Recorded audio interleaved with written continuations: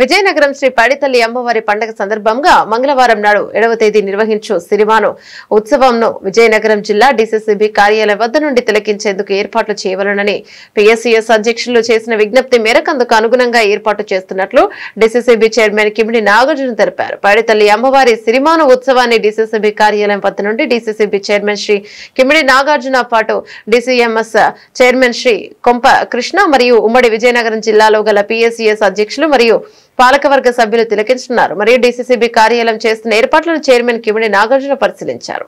ఉమ్మడి విజయనగరం జిల్లాలోని పీఎస్సీఎస్ అధ్యక్షులందరికీ కూడా నా నమస్కారాలు. మీరు ఈసారి పైడితల్లి అమ్మవారి సిరిమాన ఉత్సవం డీసీసీబీ బ్యాంక్ లోంచి చూద్దామని చెప్పి అందరూ కూడా కోరడం జరిగింది. మరి మీ కోరిక మేరకు బ్యాంక్ లో అన్ని రకమైన ఏర్పాట్లు కూడా చేయడం అనేది జరిగింది. మీరంతా కూడా ఆ రోజున 2 గంటలు దాటిన తర్వాత వస్తే ట్రాఫిక్ గానీ రద్దీ గానీ ఎక్కువ ఉండొచ్చు. కాబట్టి మీరందరూ కూడా 12 గంటలకల్లా ఇక్కడికి చేరుకోమని చెప్పి కోరుతా ఉన్నాం. లంచ్ కానివ్వండి, మిగిలిన సదుపాయాలన్నీ కూడా ఇక్కడ ఏర్పాటు చేయడం అనేది జరిగిందని చెప్పి ఈ సందర్భంగా తెలియజేస్తున్నాం.